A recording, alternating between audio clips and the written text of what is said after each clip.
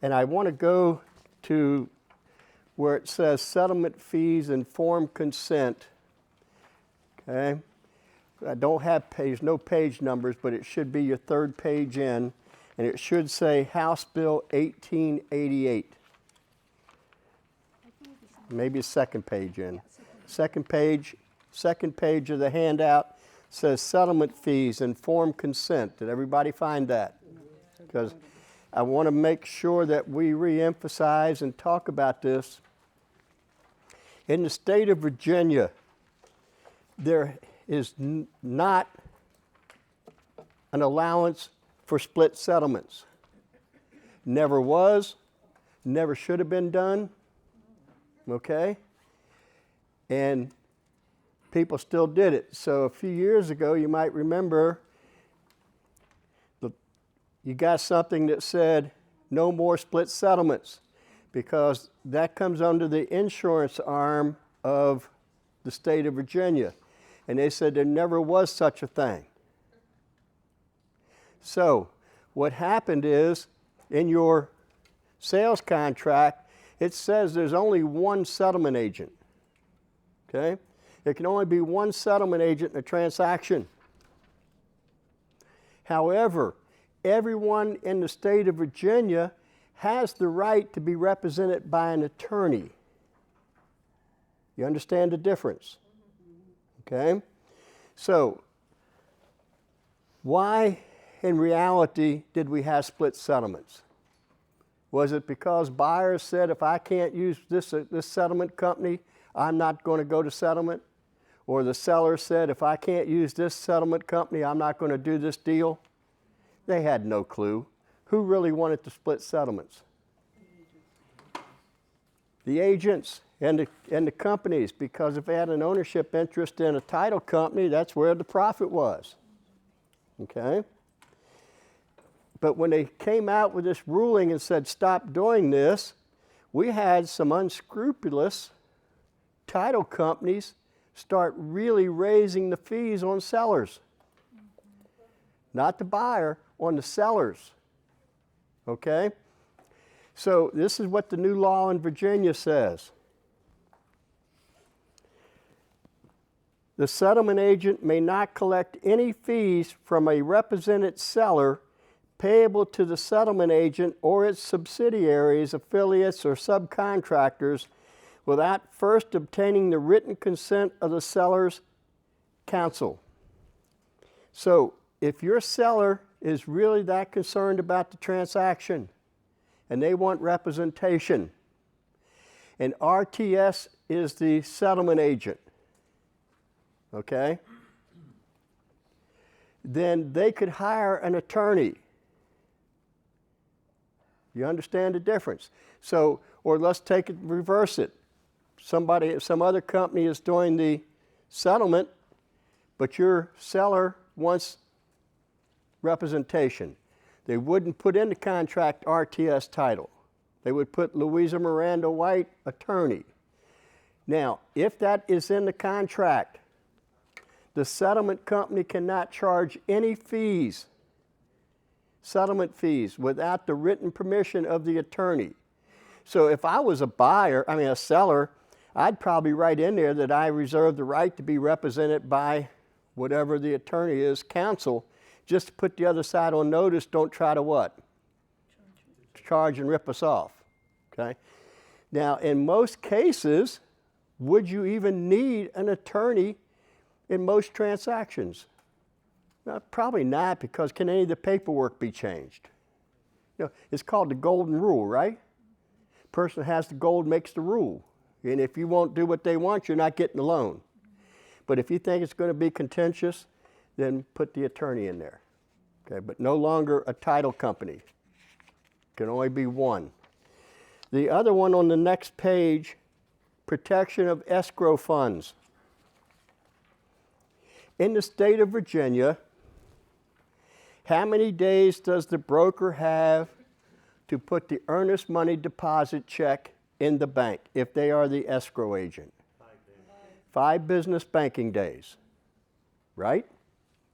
5 business banking days. So if the contract is written and it says Fairfax Realty Select, because Tyson's doesn't do escrows, okay, so it's moot point here.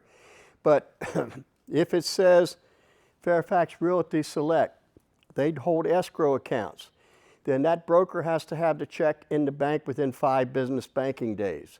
But where the problem was arising, in the sales contract, there's a box that you check that the buyer has delivered the earnest money check to the escrow agent, right? And real estate agents were getting these checks made out to like RTS Title of Tyson's, and they had it in their possession. Well, if they had it in their possession, how did the buyer, deliver the deposit to the escrow agent when Fairfax Realty Tyson's agents don't work for RTS Title? So they changed the law. Let's look at what the law says. It clarifies that upon ratification of a contract, the earnest money deposit received by the principal broker or supervising broker or an agent of such principal or supervising broker that will be held in the firm's escrow account has to be in there within the end of the what?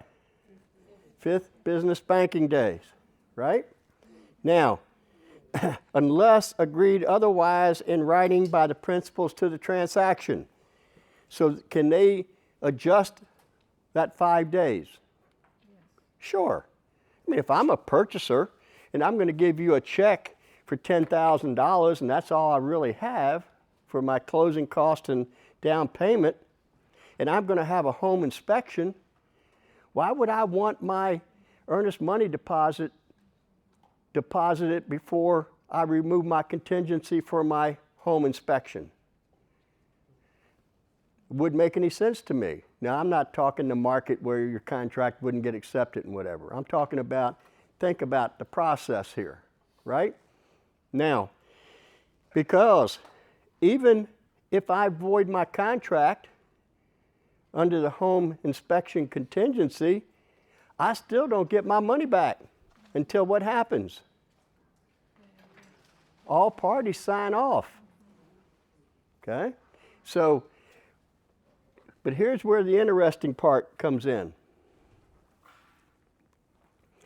If an earnest money deposit will not be held in the firm's escrow account, the principal broker or supervising broker shall ensure that the earnest money deposit is delivered to the escrow agent named in the contract by the end of the 5th business banking day following receipt of the deposit unless otherwise agreed to in writing. So if the agent is holding the check made out to RTS Title, once that contract is ratified, you have to prove that you delivered that check to the title company within how many days? Not that it's been deposited, that it's been delivered. And if you don't, you have the same violation that you do if the broker's handling it, and that is the broker has no choice but to report you to Richmond, and you will be fined. Okay? And the broker has no choice. Don't be mad at the broker because you didn't do what you were supposed to, because it's Johanna's license or yours, and you're going to get thrown under the bus, and we'll back it up to make sure we get you. Okay? Has to be delivered. Well, if the check is going to be held by an escrow agent other than the company, you also need to stay on top of it and make sure that purchaser delivered it. Okay? And if you read our sales contract, it says that if that money isn't deposited within that 5 business banking days, basically, or delivered, then the seller has the right to what? Void the contract and move on with a different one. So as a buyer's agent, you work that hard to get that contract accepted. Don't let this one slip through the crack.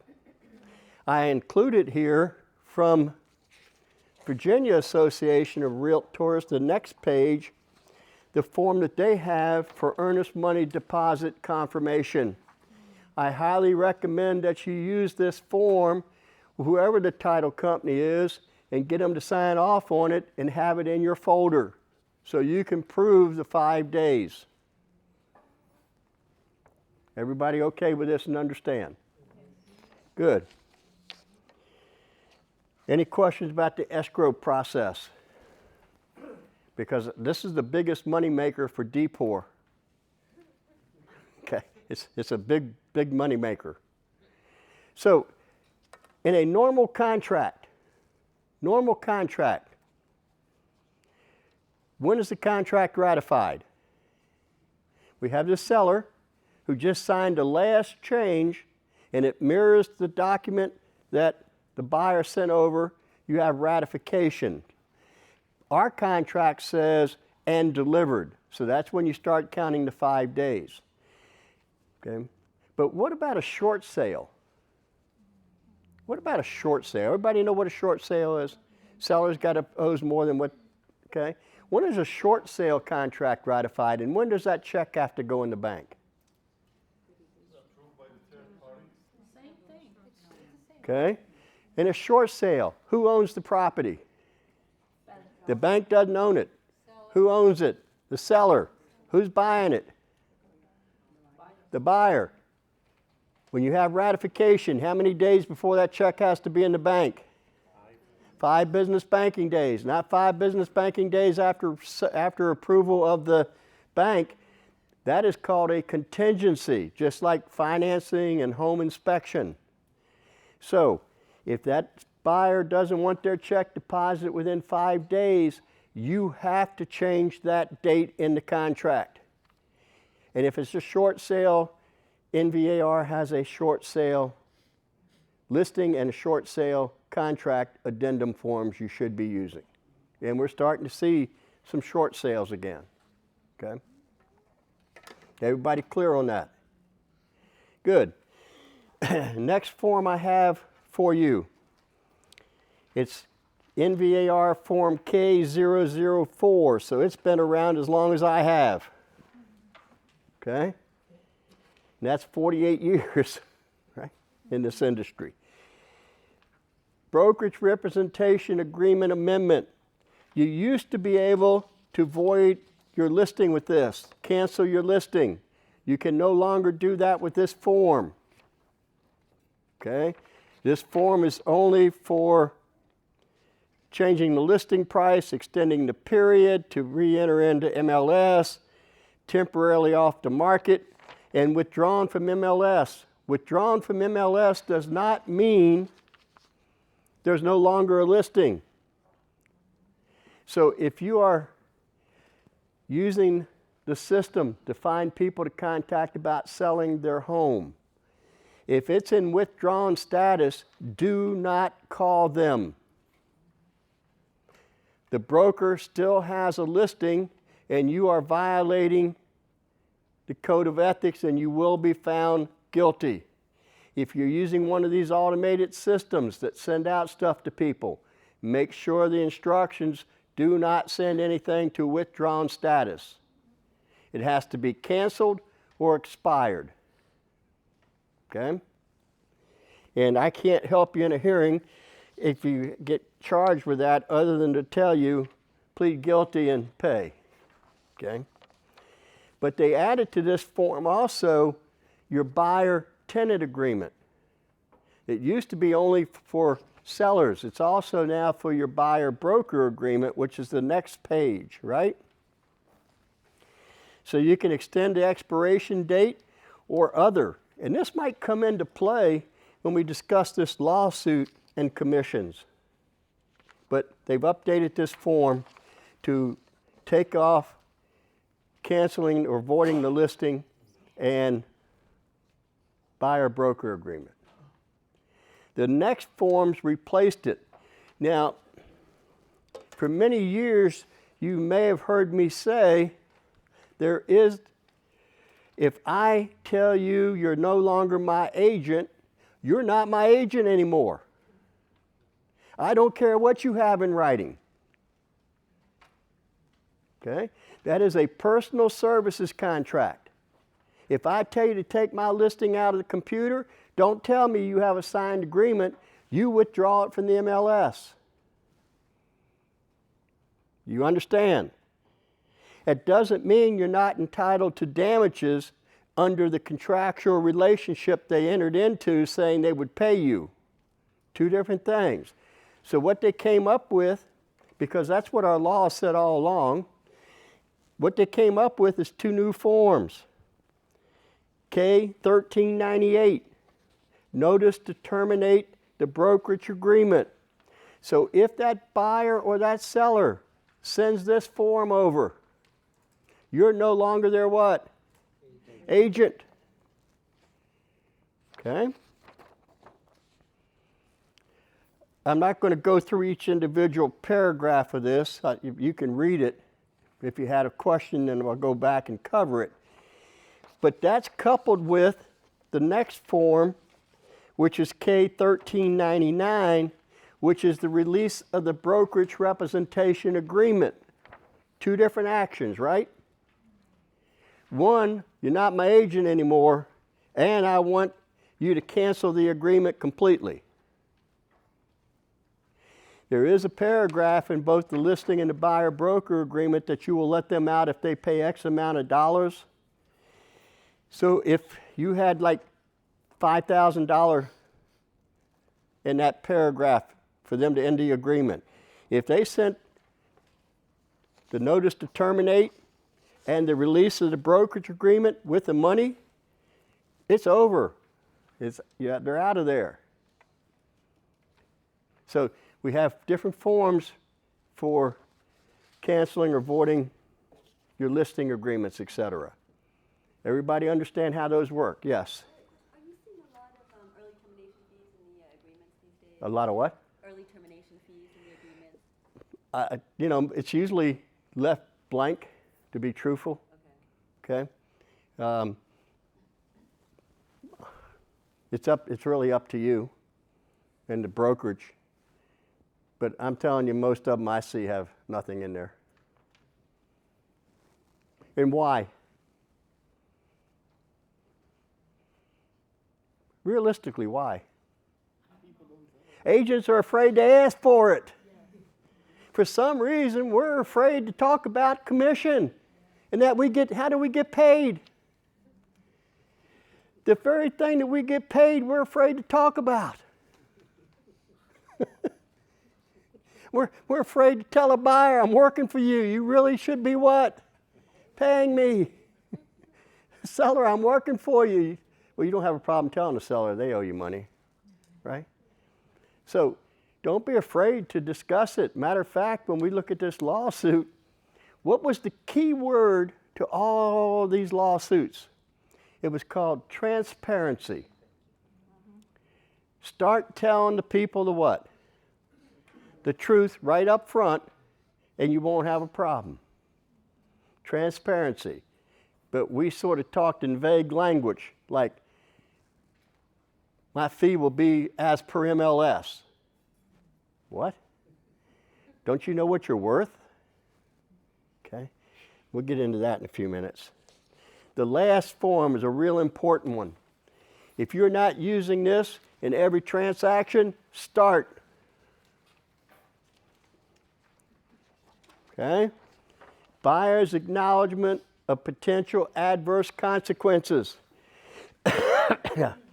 I've been talking to several brokers, including our own, for lawsuits, people coming back after settlement and wanting to sue because it said the agent told them to what? Waive the contingencies. And the agents are saying, no, we told them. And I say, prove it to me. Prove it to me that you went over this and they waived it. But if you use this form, okay, and you've discussed the market with them, and the market says, well, if there's 10 contracts on this property, buyer, you probably won't get it if you need a home inspection, but there is consequences to that. Let them make the choice to remove those clauses from the contract. It's not part of the contract, it's part of your what? Folder in CYA. Cover your assets. Okay?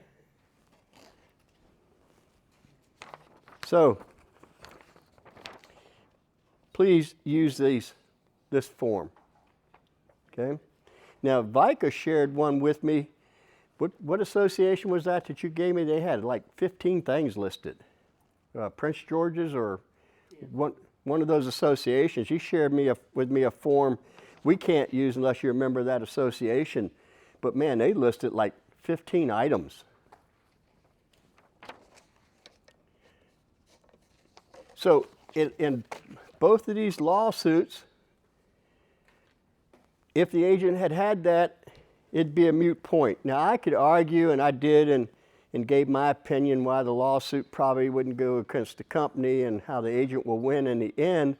But how many thousands of dollars in legal fees is it going to cost them to win? Because of what our statute in Virginia says. That form would have been signed, would have been a moot point. Yes? Before we move to another subject, so in other words, from what I understand, I've never sent this to any of my clients. Mm-hmm. So when you're writing a contract, if they have to, if they're going to remove their home inspection contingency to be competitive, their financing contingency, any of that, they should know that there is adverse consequences to that if you do it.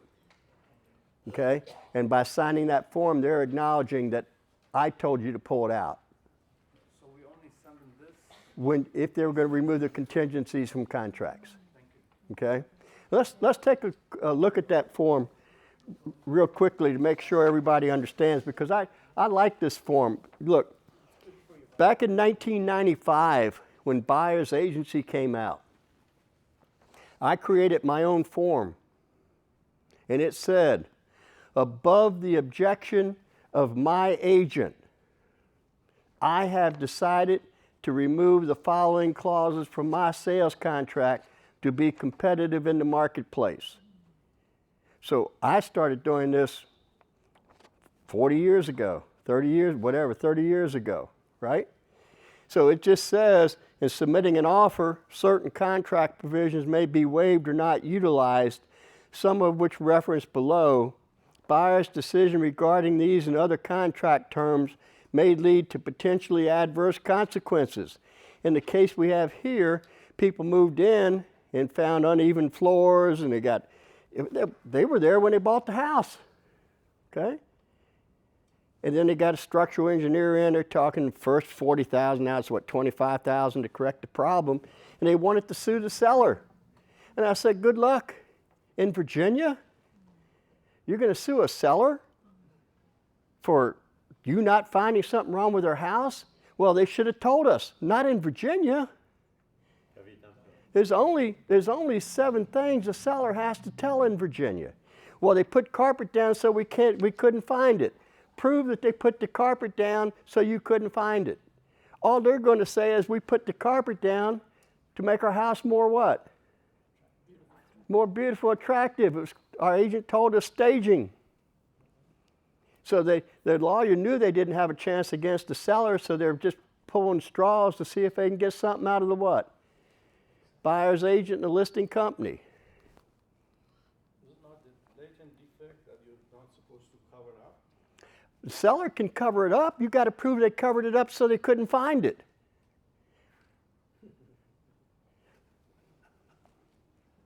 A seller can intentionally hide it from you, but they didn't intentionally. I gave you a case real quickly. There was this house in Virginia where the sewer backed up in the house, the smell. The sewer line was collapsing and it needed to be replaced. The seller knew that, okay? And every time their house was going to be shown, they cooked a big pot of spaghetti sauce. And the whole house smelled like what? Spaghetti. And you couldn't smell the what? The sewer. Even the night before settlement, they cooked what? The purchaser moves in. A week later, neighbors see a plumbing truck there. And they came over and said, didn't the seller tell you about this problem they've been battling for the last 2 years? This went to the court in Virginia, and the judge said, seller, why were you cooking spaghetti sauce? What did they say? We're Italian. Case dismissed. What do Italians cook? I guess what? Spaghetti sauce, 5 times a week. Okay? You got to prove intentionally defrauded, and that's pretty tough. Better off having a what? Home inspection. But if you're going to waive it, don't come back and blame other people later because it's going to cost you a bunch of money. My job is to tell you how to protect yourself. This form protects you. Okay? If that form could have been sent over in the preliminary hearing before a judge, what do you think would have probably happened? Non-issue. We have all these forms, okay? And I bring them to you, but you've got to use them. And I know Johanna's ready to lower the hammer and tell everybody, you know, you've got to do it, which I'm telling you for. Okay? So that's the legal upstate, the forms and stuff I wanted to make sure you knew were out there to be used. Any questions about any of those? Okay. Here's what I want everybody to do. I want you to breathe in. And I want you to exhale. And I want you to say, life is good.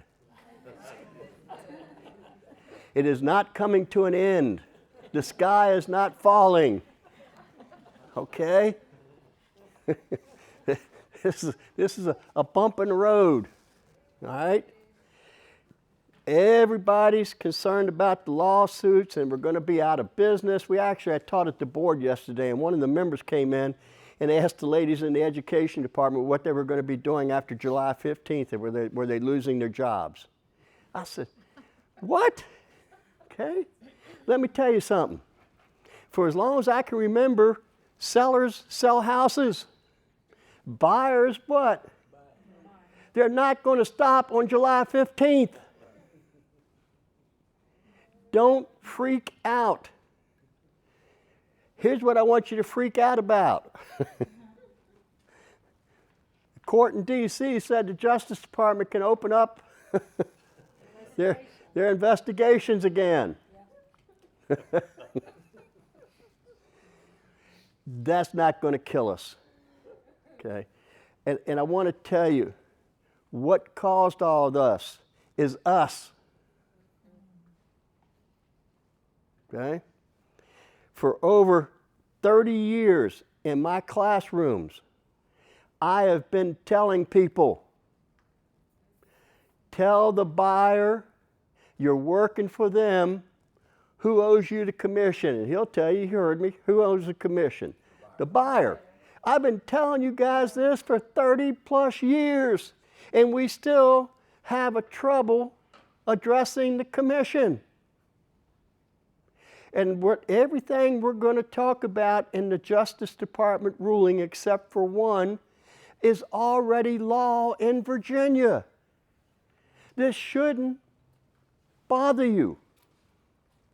It's already law. It has been law since 1995 and reissued and revisited in 2016.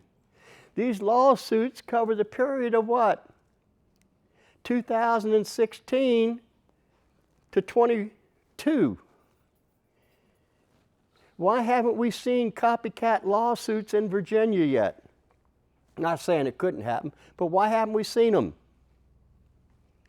It's pretty hard for a lawyer to go to court and prove something when we have a law that already defines everything. You understand what I'm saying? Okay? All these lawsuit settlements took place in states where they didn't use a written buyer-broker agreement. It was optional. It's not optional in our state. Okay? So keep that in mind as we go through. This shouldn't be new stuff to us. I put together a package material. We'll go through it, and then I'll answer any questions you have. Okay? We set aside time to do that. So what I actually have given you, the first part of the handout, is actually right straight from the settlement agreement. I want to go through it. This is what your association agreed to. Now, why did they agree to settle rather than appeal? They would be bankrupt if they didn't. Well, here's the reason. Do you know each one of you were individually liable for each one of these lawsuits? Did you know that? You're a member of NAR. If NAR would have declared bankruptcy, it would have cleared them, not you. So one of the key parts of this settlement is we were all relieved of any liability for any lawsuit nationally brought by a seller for commission by disagreement. That was part of the agreement. Unless you work for a company that did over $2 billion in sales in 2022. So there's only two firms still in this area covered by that, Sampson Realty and McInerney. Okay? Keller Williams? No, Keller Williams is fine because they had already what? Settled. Yeah. So the only two left with liability would be those two companies. And if I was one of those companies, I wouldn't agree to settle. Not in Virginia. I'd make them what? Have to fight me in Virginia where we have laws that said we had to represent buyers. And you understand, in Virginia, do we have sub-agency? No. If you're going to show another firm's listing, you have to represent the buyer. There's no option. Okay? And I've included Virginia's law to make sure you understand. We're going to go over that. So let's take a look. It says page 12 at the bottom. These are practice changes that NAR agreed to. I highlighted in mine. Within 150 days after filing of the first motion for preliminary approval of this settlement agreement, these changes have to be implemented. Okay? Whether this settlement is extended, whether the courts approve this by mid-July or not, we have to do these things according to this settlement. And if we don't, then the court might not approve the settlement. Okay? Next page. Next page, page 13. 1. Advise agents that there's no requirement they must make offers to or must accept offers of compensation from co-op brokers. Or, if made, such offers must be blanket, unconditional, and unilateral. And that was the basis of the lawsuit. NAR said, if you want to be a member of our association and use our MLS, you had to make a blanket, unilateral offer of cooperation and compensation to any member of the MLS, no matter what their capabilities of being an agent. The brand new agent was offered the same exact thing as me, a 48-year veteran. Part of this settlement is it can't be unilateral. One size fits all. So you might actually find out in the future that I might be able to negotiate a higher fee with my buyer client and get it reimbursed by the listing agent than a brand new person. You understand what I'm saying?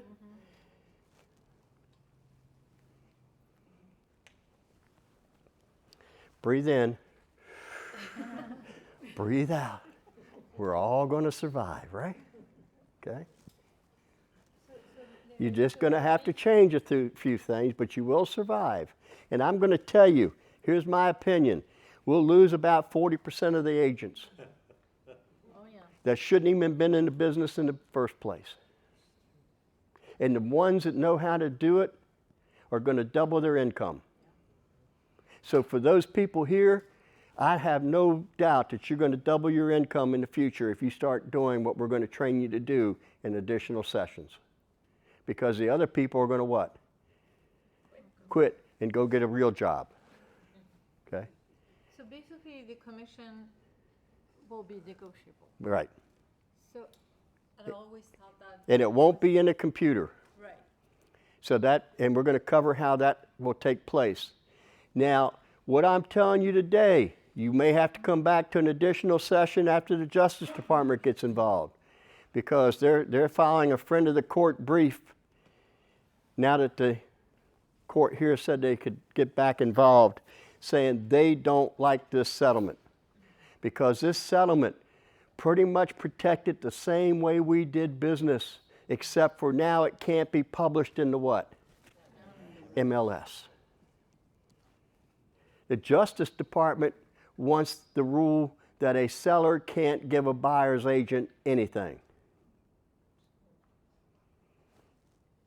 So we'll see how that pans out in the future. Might just take a little adjustment. Yes. Larry, yes, the seller cannot pay the buyer agent anything, and DOJ wants to do that, all the lawsuit. But my question to you is, and I know you have always said that the buyer pays their own agent. Mm-hmm. My question is, when a listing agreement is signed by the seller, and it is whatever percentage, 4%, 5%, 6%, that seller, by signing that listing agreement, is agreeing to pay that to the listing agent who works for the listing company. Isn't it that that commission belongs to the listing company, and the listing company can share it with buyer? I understand you're saying, I mean, the listing company is sharing that with the co-op agent or company. Mm-hmm.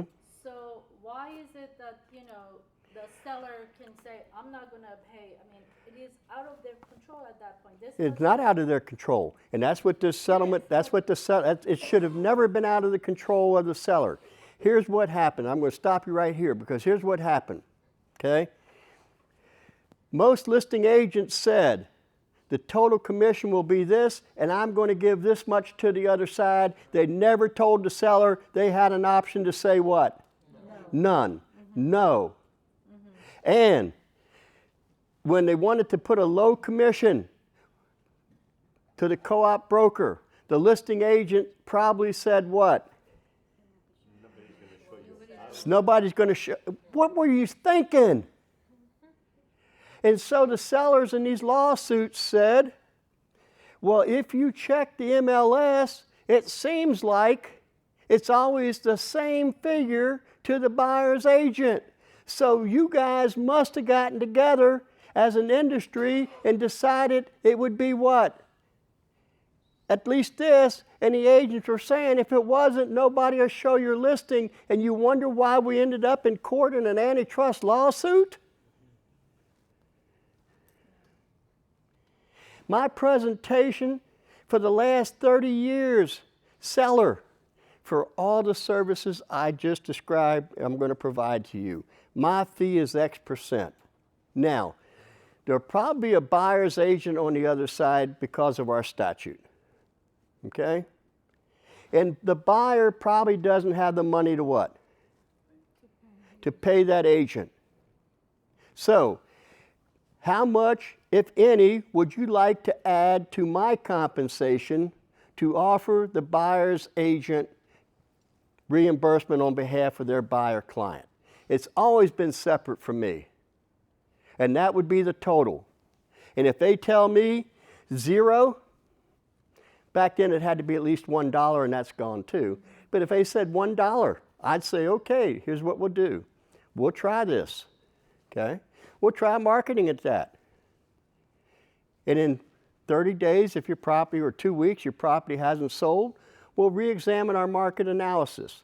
And during that time period, I would set the seller up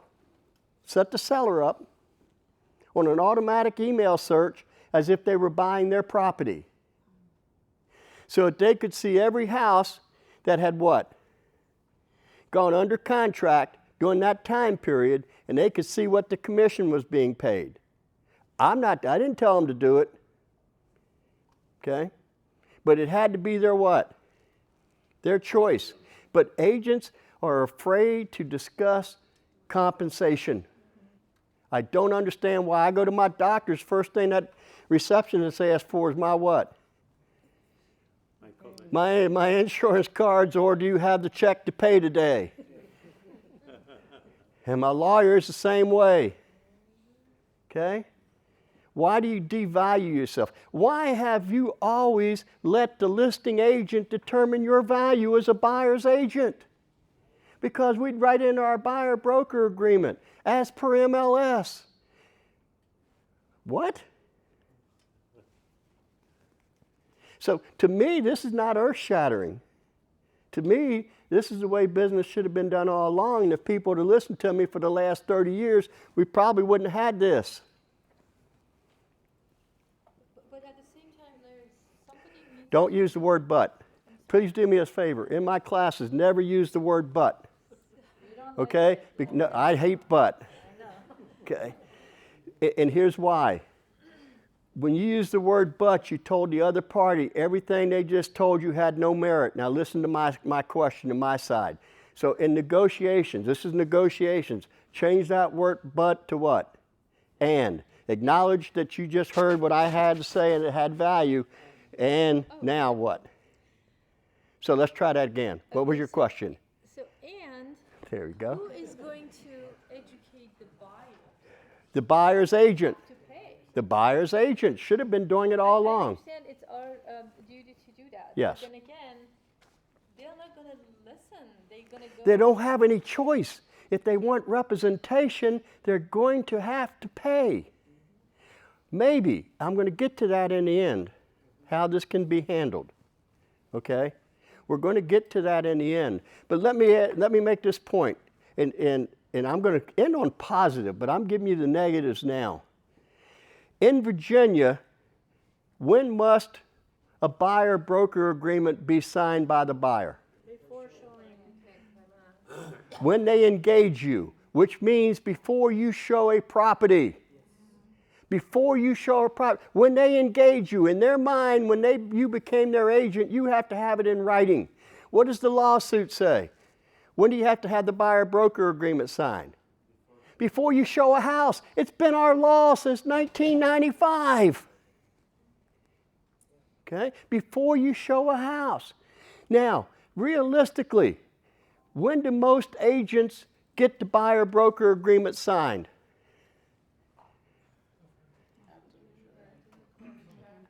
Just before you what?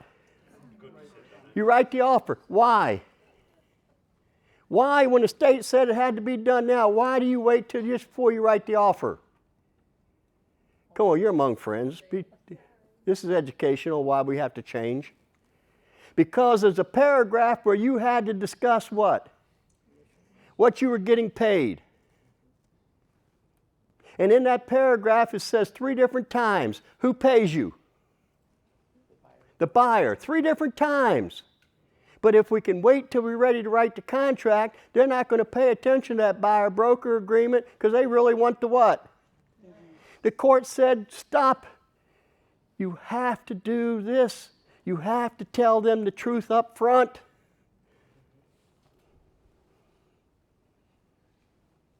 Okay? I'm on your side, but I'm telling you, we got to what? Change. And we don't wait till when? July 15th to change. Hopefully you walk out of here today a changed person. Right? And remember what? It's going to be fine. Okay? Going to be fine. Now, number 2 on page 13. Require that agents disclose to prospective home sellers and buyers and state in conspicuous language that broker commissions are not set by law and are fully negotiable in their listing agreement and their buyer rep agreement and a pre-closing disclosure if you use it. And it must include a disclosure with the language expressly stating the buyer commissions are not set by law. Okay? They're all fully what? Negotiable. Number 3, prohibit agents acting as buyer reps from advertising or otherwise representing their services are free.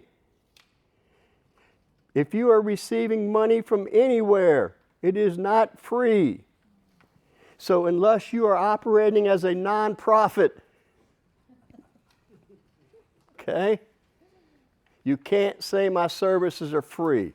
And how did we get buyers to sign these buyer broker agreements before?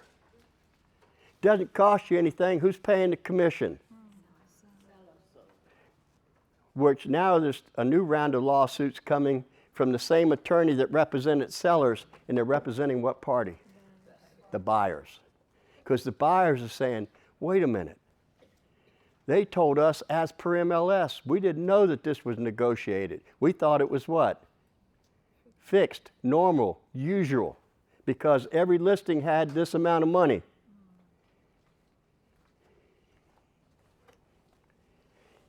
And part of that was because of the what? NAR rules. Okay. You know, next 2 things the Justice Department is coming back after, and I think they should, is one, that the listings have to be in the MLS within 24 hours of any public advertising. And second is, dual agency is going to go away. 9 states have already outlawed it, and Justice Department has it on the radar.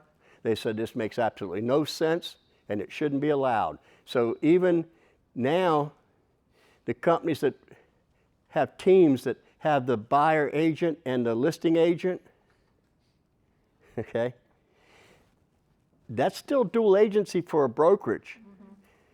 And that might go away.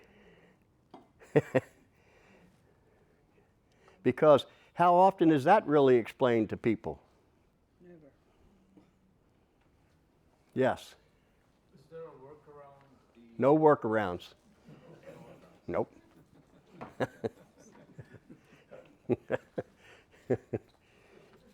I'm going to share with you what you can do and can't do right now, but that might change because of the Justice So Department. do you think this way that you're saying dual agency might, And no mites. In my opinion, it's going to be gone. but do you think a lot of buyers would just go buy a house unrepresented?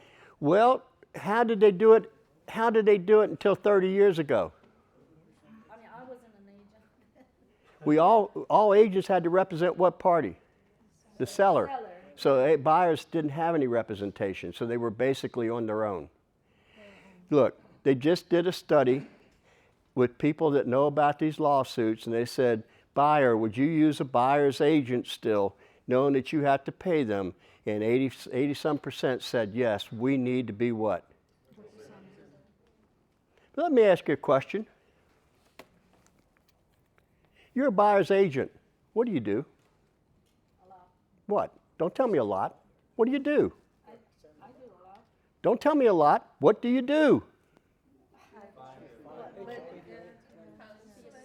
First of all, buyers even educate them. That's number one. How? What do you do? Do you ever show a house before having a consultation in your office? I do video sometimes, No, I'm talking about, do you have them come into your office and discuss buyer's agency and what you do before you show a house? You're going to have to. When I ask most agents, I find listings and I show them houses. Come on. They've got the same information you do when it's in the MLS or these other sites. What do you do for your money? You're going to have to be able to tell me. Okay? You're going to have to be able to tell me. So here's a deal that I've made out with NVAR. Okay? NAR has waived all the fees for taking the accredited buyer rep class. NVAR is allowing me to bring them into Fairfax Realty for free. And if you don't take advantage of this, when we put it out, if I don't have 70 people in a classroom taking a 2-day class on how to properly represent buyers with this lawsuit going on, I can't help you. Okay? It's a 2-day commitment, but you need to know. It's a $295 savings. Now, why did NAR offer this for free? Is it because they're so generous? Part of this is they have to train agents, and that's the way they're going to train them in buyer's agency. They already have a 2-day class. Okay? And we'll discuss this in other sessions. You know, how do you handle it and what do you say to make yourself valuable? Okay? But we are not Uber drivers with keys to get into listings. Okay? And I want you to think about what you do every step of the way. Number 3 on page 13, prohibit agents acting as buyer reps from advertising you're working for free. That's even included in our what? Code of Ethics that changed. Number 4 on page 14. Require agents disclose at the earliest moment possible any offer of compensation made in connection with each active listing shared with prospective buyers in any format. Right up front. Now, before these lawsuits, I don't know how many of you are familiar with the Justice Department settlement with NAR in 2019. And once that happened, it was just a matter of time before some attorney got a class action lawsuit going. Because the Justice Department and NAR agreed you would no longer be able to tell the parties that your service was free. So back in 2019, everybody was supposed to stop that. Do you think it happened? No. Okay? Any capability of sorting a listing based on commission, end it. What does that mean? I had the capability of going into Bright MLS and entering what my buyer was looking for, and one of the fields was the minimum commission I was willing to work for. So we sorted listings and only told the buyers, even though another property might have been better for them, we didn't tell them about it because it didn't pay us what we wanted to get paid. And you wonder why we get sued? So the Justice Department said, you have to make sure any public-facing listing shows the buyer what you're getting paid. Okay? It also said you had to allow non-MLS members to show your listings, that a condition of membership to NAR and the MLS could not be that you had to belong to NAR. So this settlement is just rephrasing a good part what the Justice Department and NAR agreed to several years ago. Now let me share with you. There was this, during the lawsuits, during the hearings, there was this company that was an alternative marketing company that did not belong to MLS, okay? Did not belong to the association, and people had an option of listing their property, and they did, okay? And it was alternative marketing, so you know, fees were very negotiable. And they recorded realtors calling, 700 of them, during the lawsuit. Will you pay a commission? Well, we're paying this. I said, well, you know, according to the rules, you got to pay this. They even recorded them saying, well, if you won't pay more, I'm just going to tell my buyer the property's not what? Available. 700 recorded calls while we already had a settlement with the Justice Department and while there was a lawsuit. The problem is, a lot of people don't even know there was a lawsuit in this industry. Those are the ones we got to worry about.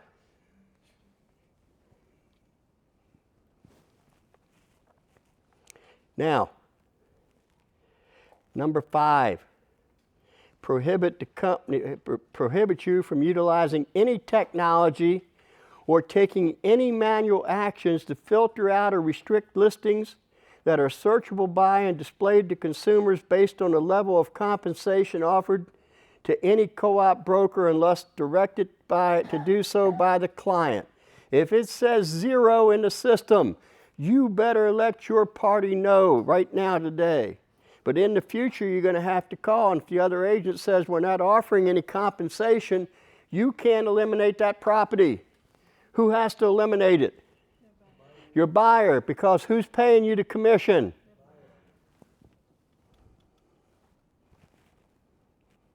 Number 6, advise and periodically remind their agents of their obligation to show properties regardless of the existence of the amount of compensation offered to buyer, brokers, or other representatives if that property meets the buyer's purchasing priorities. Now, I want you to go back to page 35 at the bottom. Now this is for MLSs to put into effect, okay? But it pretty much guides us. 35, number 68, 1. Eliminate any requirement by the MLS that listing brokers or sellers must make offers of cooperating compensation to brokers or other buyer reps, and eliminate any requirement that such offers, if made, must be blanket, unconditional, or unilateral. Once again, it can be negotiable. But let me throw this one out right now. You'll see it in a minute, but let me throw it out right now. When you fill out the buyer-broker agreement, it has to be an exact amount. It can't be as per MLS. It can't be as per offered by the other broker. It can't be TBD. What does TBD stand for in real estate? It should stand for too bad, dummy. Why would you even do something like that? Okay? So if you put a low number in your buyer-broker agreement because you're afraid to negotiate a fee because they might not use you, and the other side was offering more, you won't be able to take it. Do you understand what I just said? If you don't have the guts to tell them what you really want, and you put 1 and 3 comes in, you only get what? 1. The other 2 goes back to 7.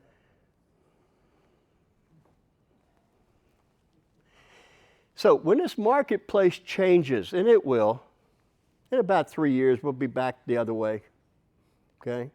And look, my prediction is you'll see 3 to 5% appreciation per year, maybe for the next 2.5 years.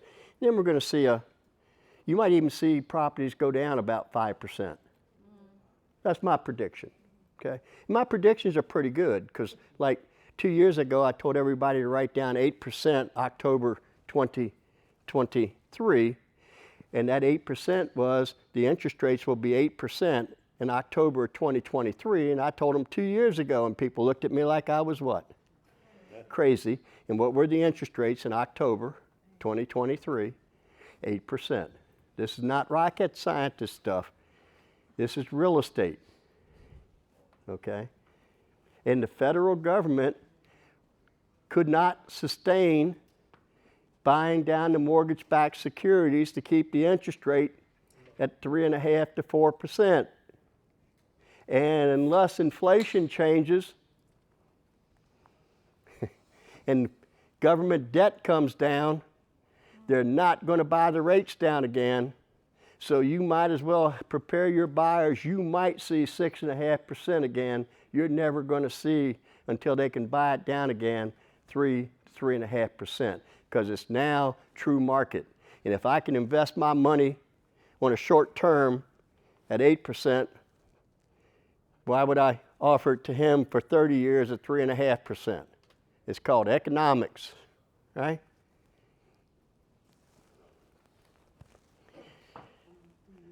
Now,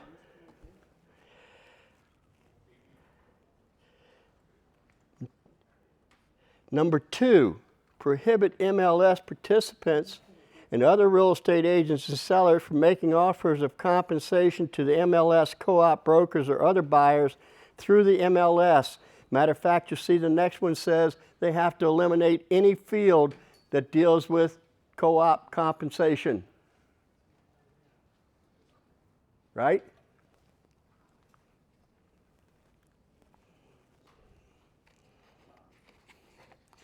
So number 3 says, not in there at all. Number 4, eliminate and prohibit any requirement conditioning MLS service, participation, or membership in MLS before you can show a listing or receive compensation.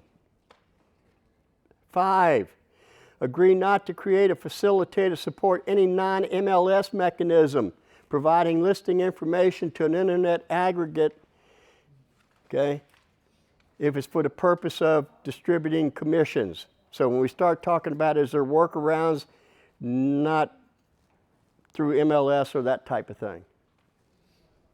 Now, one of the parts of this settlement, and they're adding a new field to Bright MLS. A seller will be able to offer closing cost assistance in a field. Concessions. But it can't be tied to any only properties that have buyer agents. So it won't say to pay your what? Okay, but it could say 3%. Okay, and then you might say to your buyer client, well, your closing cost in Virginia would be what? About 3%. So you could pay your own closing cost and ask them to pay to what? Be careful how you do that, because now you're back to saying what? But if there's offered a concession, you can let them know what that means for your closing cost, etc. You also will not be able to put in the remarks section what you're offering as a buyer agent compensation. That's prohibited by law.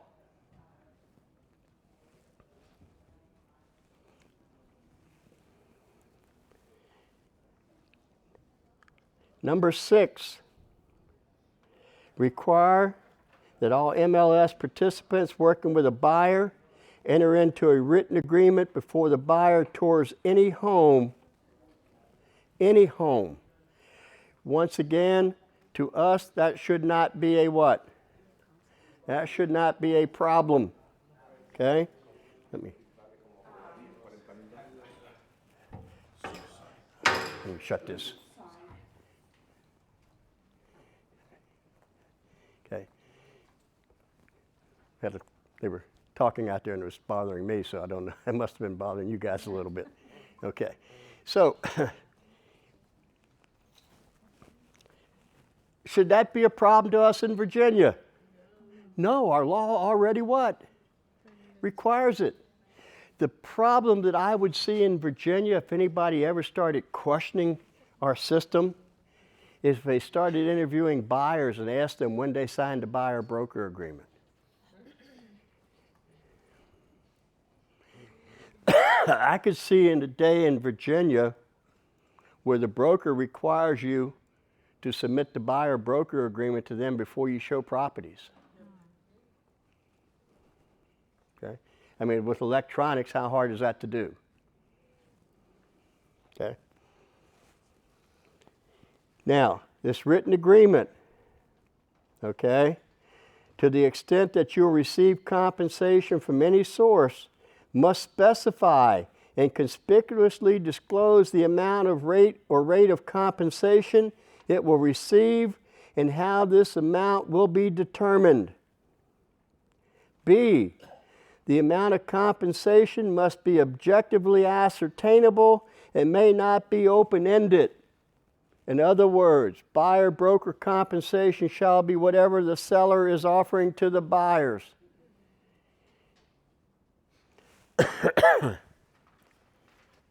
C, you may not receive any compensation for broker services from any source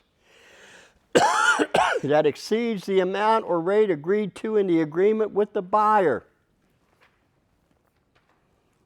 Now, when this market changes, like I think it will, and there's more houses than buyers, This will shrink by what's the first thing that the sellers will start offering to get you to bring your buyers? They're going to probably offer more commission or bonuses. And if you read this, can you as a buyer's agent accept the bonus? No. Not unless you had written a bonus in your what? It had to be in the buyer agreement because the settlement says and more comes in than what you agreed, you can't take it. No, you wouldn't add it because that would not have been ascertainable up front. So you got to determine your worth. So if I'm a buyer's agent, I'm not aiming low, I'm aiming what? High. I'm not putting what I have to put to get them to sign, I'm putting more. Then if you want to take less, if it comes in, fine. But if you put less and more comes in, you can't take it. Aim high. Okay? That's the reason I didn't want to just talk to you about this. I wanted you to see the actual settlement. Okay? The good news for you guys, I keep up with all this stuff, so you will hear from me. Okay?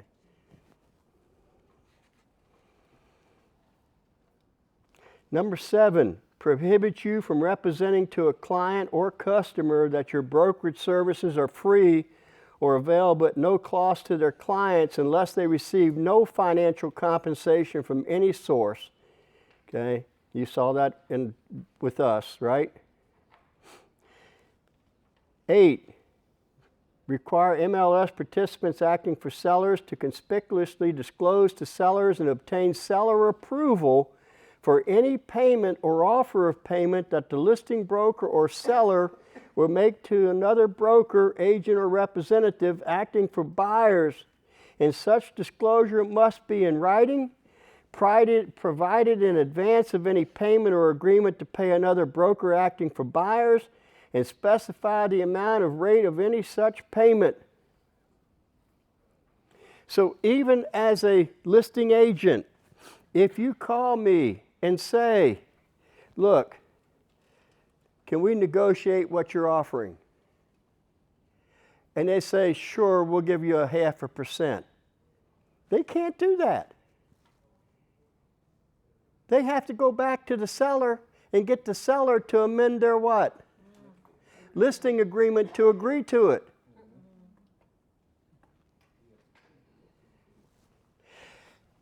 Even today, if an agent negotiates with you to give you more money, does the broker have to agree? No. Because whose listing is it? The broker's. Whose commission is it? The broker's. It's not your commission until the broker gives it to you. When I had my own firm, agents would say, well, it's not fair that you're not going to negotiate in this. I said, it's not fair that you thought I would. I told you when you went to work for me, I need this much money to be in business. You can give all of yours away you want. Don't give any of mine away. Okay? You know, the broker does have to make some money. Yeah, really, you know? So, you know? And the reason I stopped being a broker, you know why? You didn't make money. I found out what the first 5 letters of broker spelled. Broke. Who was making all the money? The agents.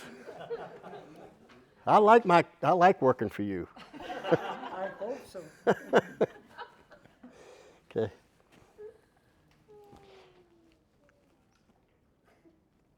And number 9, require MLS participants to disclose to prospective sellers and buyers in conspicuous language that broker commissions are not set by law and that they're all what? Fully negotiable. All right? Page 38, we saw this under what we have to do. This is what MLSs have to do also.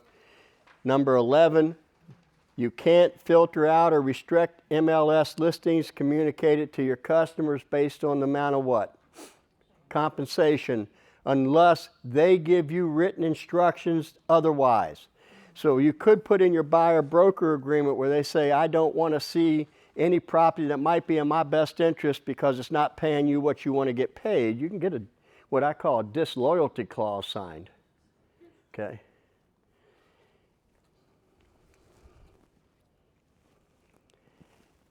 Number 12, rescind or modify any rules inconsistent with the practices changes reflected. You know what pretty much hung the companies involved in this lawsuit and why they settled? The ones that settled up front. They had all their training manuals for the last 30 years, and every one of them had a commission that they taught their agents how to get what? 6%. Every one of the companies had the same figure. When's the last time that the average commission in the United States was 6% or higher? Do you know? 2009. 2009. Yet everybody's running around talking about how this is going to make houses cheaper because people don't have to pay 6% anymore. What were they talking about? Okay. And the President of the United States comes out and says this is a victory for everybody. Houses are now going to be cheaper. What seller is going to lower their price? No. I don't know what he's smoking, but I'd like to have some of it. Prices aren't going to go down because of this. What will cause prices to go down? Recessions that you're leading us into. Okay, so.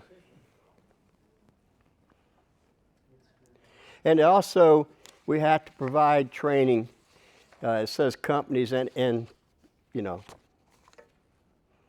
basically companies and NIR, whatever. So, you know, but we're pretty good about doing training here anyway. So, in-person training, right? Any questions about that part? I've got some more here yet. Okay, so why don't, yeah. So these are automatically effective on July 15th? Well, the lawsuit may not be approved by the courts by July 15th, but part of the lawsuit that I pointed out, even if it's not approved by the courts, NAR has agreed to implement all these changes by 150 days, which would put us at mid-July. So even if the courts haven't approved the final settlement, all these changes go into effect for how we work. Do you think these are gonna stay the same if DOJ? No, I think there'll be some adjustments, and that's why I said you might have to come back and hear me one more time, or a dozen times, whatever it takes. I have a question. So you say by July, middle July. So if I have a list, I can put in the MLS the percentage of the buyer Right, commission? and then July 15th, it will probably automatically, like invisible ink, disappear. Oh, can I put any compensation or any? Yes, up until July 15th, and then in MLS, it like just invisible ink, it will all of a sudden what? Not be there anymore. So right now, it's business as usual until July 15th. So if you're really worried about this, sell a bunch of real estate between now and July 15th. It might be extended, Larry. if No, it's we not going to be did extended. It says 150 days from the first part of when it was first considered by the courts. That puts us at July 15th. What we're talking about will go into effect whether the courts approve this or not. If NAR doesn't, then they're automatically going to be not approved by the courts. That's what that 150-day thing was about. And look, I hear brokers talking about we're going to go out of business, we're going to do all that. Folks, how many people were around in 1991? Do you know what happened in 1991? Internet came out. And everybody told me I had to go get another job because the internet was going to put me out of what? Back in at that time frame, what percentage of people used a real estate agent? 81%. After the internet, what percentage used a real estate agent? 89. We have value. Where's our value? We're no longer the gatekeepers of the information. Where's our value? You're in a service industry. We provide what? Service. You have the most valuable thing they need. You have the local knowledge and transaction knowledge that they can't get where? Online. And there's always going to be a percentage of people that think they're smarter than we are. Okay? That they don't need an agent. It's a very small percentage. Most people are still going to want what? Representation. Okay, in my case, I'm sending to my clients listings.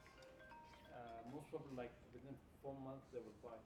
So July 15 will arrive and the commission will be taken off. Yes. Should I inform them now that this is going to happen?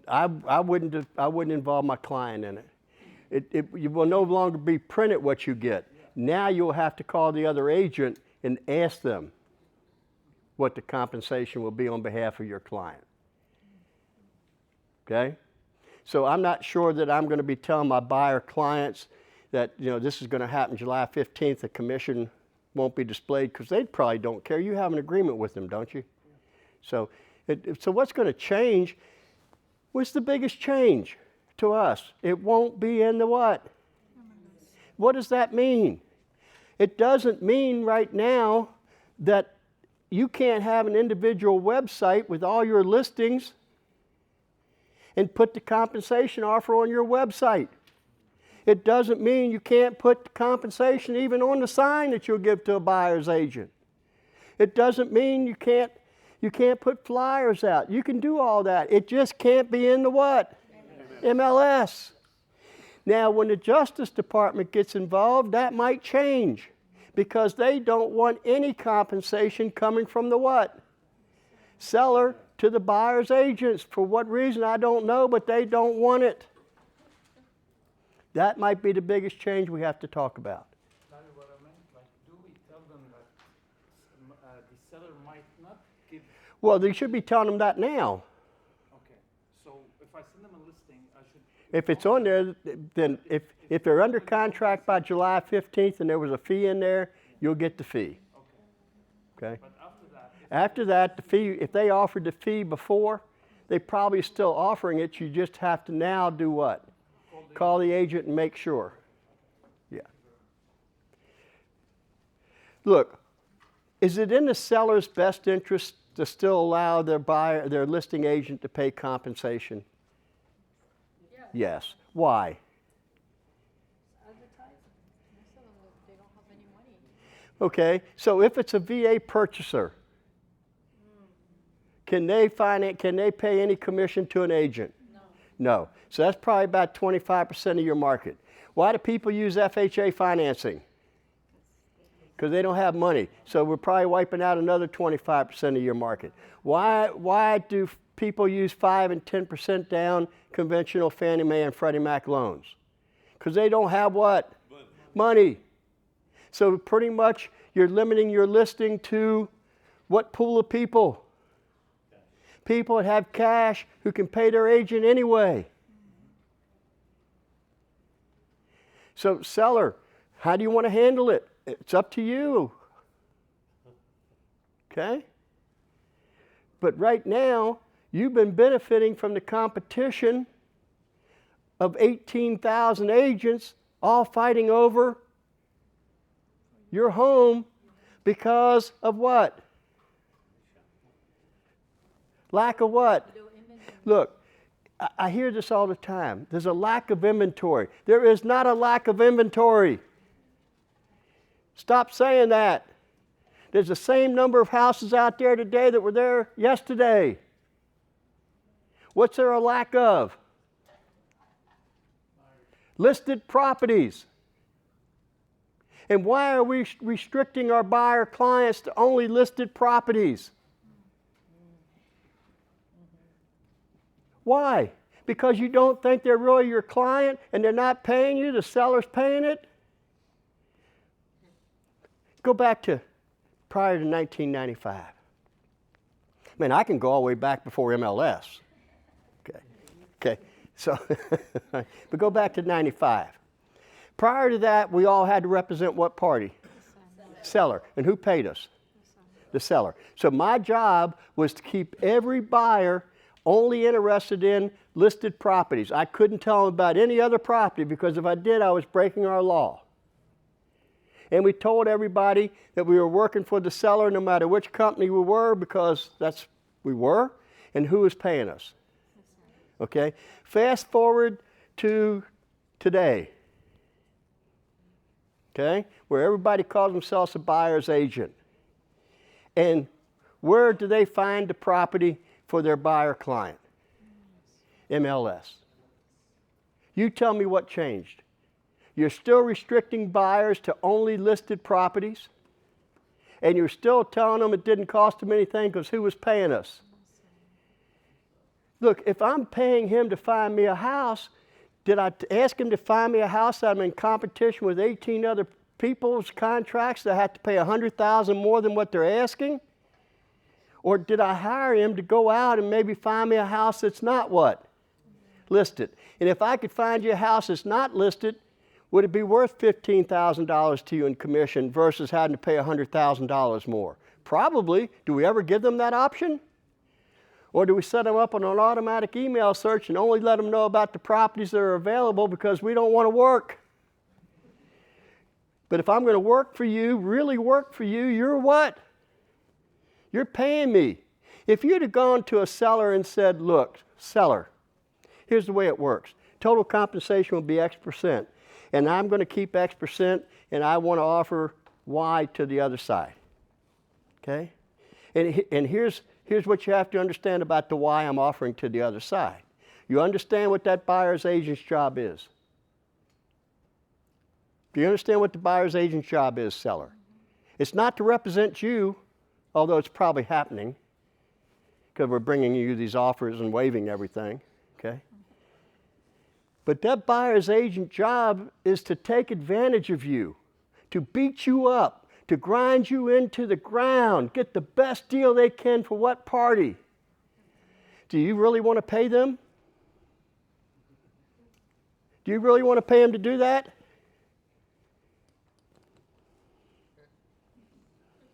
Did we ever explain that to them? No.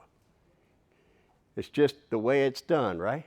That's the problem. It's not just the way it's done. That's called antitrust. All right, moving on.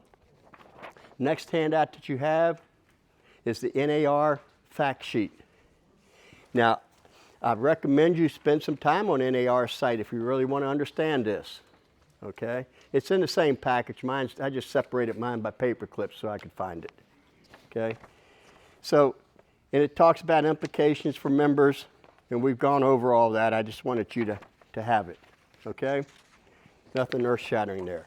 But I also included, the next part says Virginia agency law. The actual law in Virginia. So that you know that this stuff isn't real earth-shattering, other than the fact that the MLS will no longer publish what VICA is going to be offered as a buyer's agent. Okay? So, brokerage agreement. See that term? It's got page number 1 at the very top of it, past that. I just gave you the settlement fact sheet to summarize what we've already talked about. But now it says Virginia agency law. Did you find me? At the bottom, brokerage agreement means the what? What's the key word? Written. It's always had to be in what? I'm here. Virginia agency law. It's past the settlement fact sheet. It's past the settlement fact sheet. That just summarized everything we've already talked about. I didn't want to go through it a second time. Now, brokerage agreement means the written agreement creating a brokerage relationship. Creating a brokerage relationship. Now, if you go to the page that says 3 at the top, they have them out of order. Not us, but NVAR had them out of order. It's in this package here. It's in the lawsuit package. Everybody find me? Yeah. Did you find it? Yeah, okay. All right. Now, what is a brokerage relationship? A brokerage relationship means the contractual relationship between a client and a licensee. Okay? A written contractual relationship. It's called a buyer-broker agreement. Okay? And it has to be in writing and describe what you're going to do to have a complete meeting of the minds. Now, I have another one in there called commencement and termination of brokerage relationships. This is from our law. Go back a couple pages.